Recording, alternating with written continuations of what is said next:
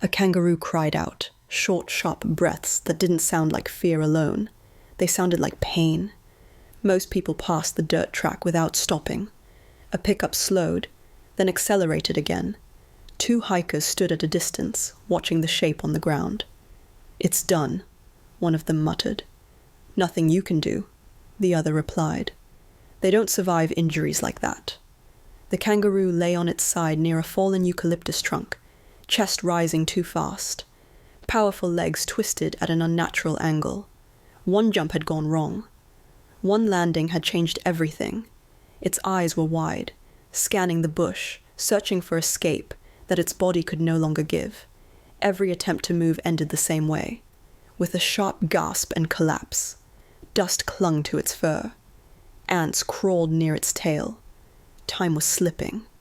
Then the sound of boots stopped nearby. A woman stood at the edge of the clearing, silent, assessing. Her name was Claire Morgan. No uniform, no flashing lights, just a worn backpack, a canteen, and eyes trained to notice what others ignored. She knelt slowly, not approaching yet. Her voice stayed low. "Easy, I see you." The kangaroo thrashed weakly, panic flaring.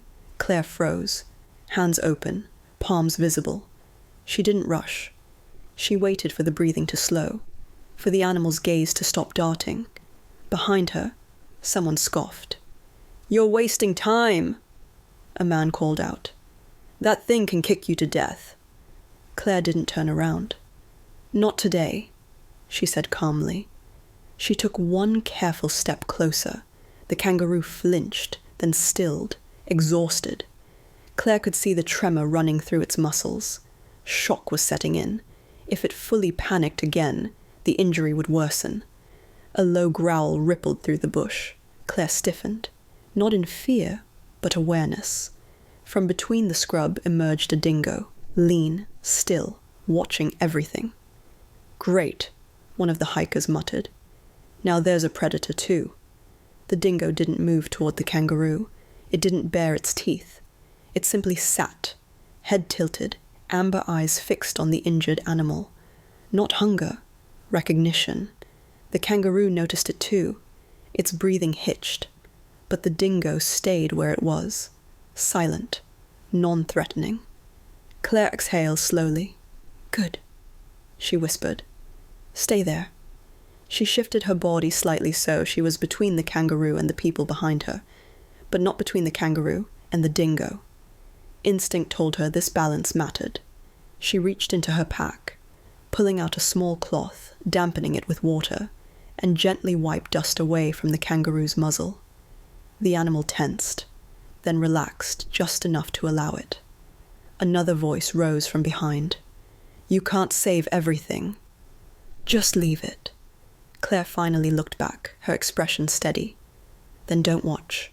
She turned back to the kangaroo, checking the leg more closely now. Swelling, heat. The joint was bad but not shattered. Painful, yes. Hopeless, no. The kangaroo tried to push itself upright again. "No," Claire said softly but firmly. "Not yet." The dingo shifted closer, still a few meters away, then lay down. Its presence was grounding, almost protective. It watched the bush behind them, ears twitching at every sound, standing guard without being asked. Claire noticed. Her jaw tightened.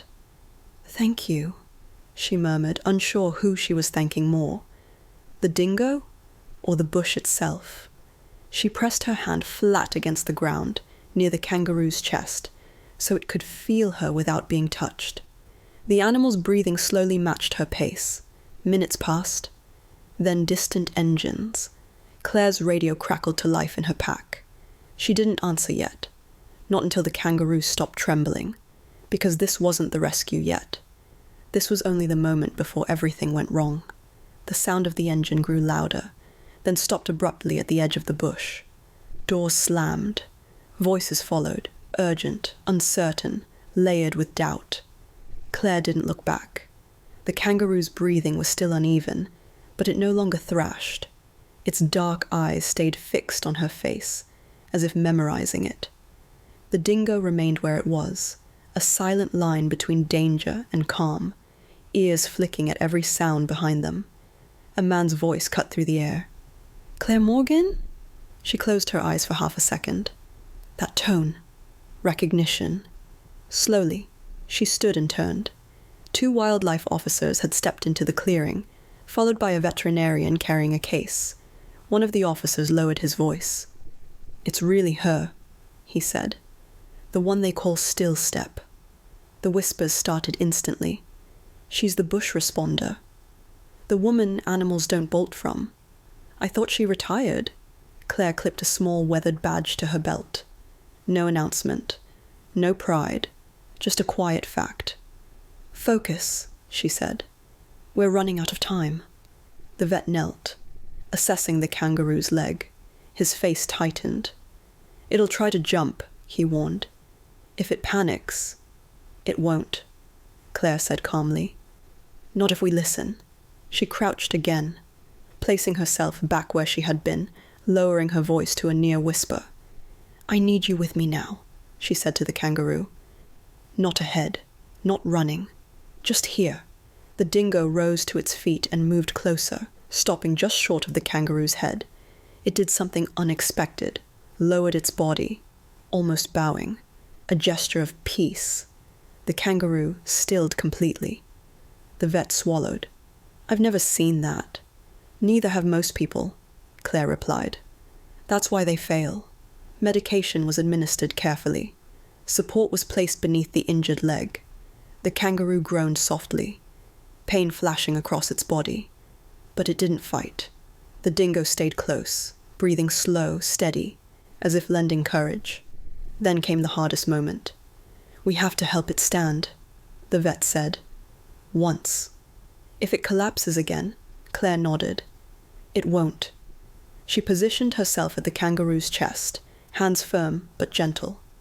The officers held the support. The dingo stepped back just enough to give space, but didn't leave. "On 3, Claire murmured. 1, 2. The kangaroo pushed. Its legs shook violently. Dust exploded beneath its weight. For a second, just one, it seemed impossible. Gravity pulled hard. Fear surged. Then the dingo barked. Not loud, not aggressive, just one sharp sound. The kangaroo froze, focused, and stood. A collective breath left every human in the clearing at once. Claire didn't move away. She stayed close, ready, watching every muscle, every tremor. The kangaroo swayed, then steadied. Its breathing slowed. Its eyes softened. "That's it," she whispered. "You're doing it." One step, then another. The support held. The pain was still there, but it no longer owned the animal. Strength was returning, fragile but real. When the kangaroo finally moved forward on its own, disappearing into the taller grass, the bush seemed to come alive again. Birds called, wind stirred leaves. Life resumed.